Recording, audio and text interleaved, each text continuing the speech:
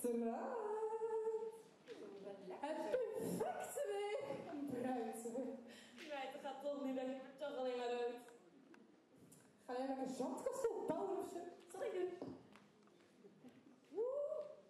Flessenpost. Flessenpost? Ja, zeg het toch? Ja, maak op het dan. Stom. Nou, meen je alsjeblieft. Is dat goed? Is goed? Nu, bij Slagenverduin, 2 worsthalen, 3 betalen. Lekkere reclamestunt. Ja, nogal. Oh. Nog een achterkant. Zoveel zin in Bonteavond 2014 met lieve Laura. Kusjes, Brigitte. Ah, is dat niet Brigitte Berensen? Ja, die had toen toch met de stemmenprobleem. Ontsteking aan de stembanden. Zo ongeveer 2 weken voor de Bonteavond. Vrijdagavond niet kunnen optreden. Ghana. Ja. Dikke ramp. Meid. Prachtige meid. Prachtige stem. En dan niet kunnen optreden. Maar gelukkig was Laura er en heeft ze vanmiddag wel opgetreden. Nu is het samen volgens mij. Ja, Brigitte en Laura met Say Something. Hier zijn Brigitte en Laura met Say Something.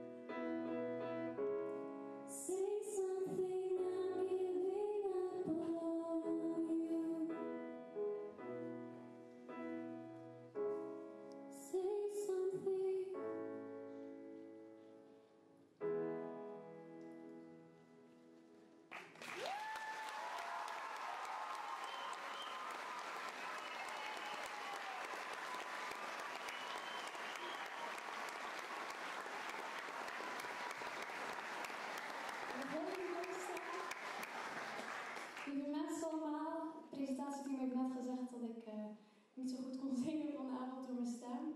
Maar dankzij meerdere mensen is dat toch nog gelukt. En mede dankzij Laura, vooral dankzij Laura. Ze heeft me deze week best wel veel gesteund. En dankzij je wondermiddel is het toch nog gelukt. En ik wil echt een heel hard applaus voor Laura. Alsjeblieft.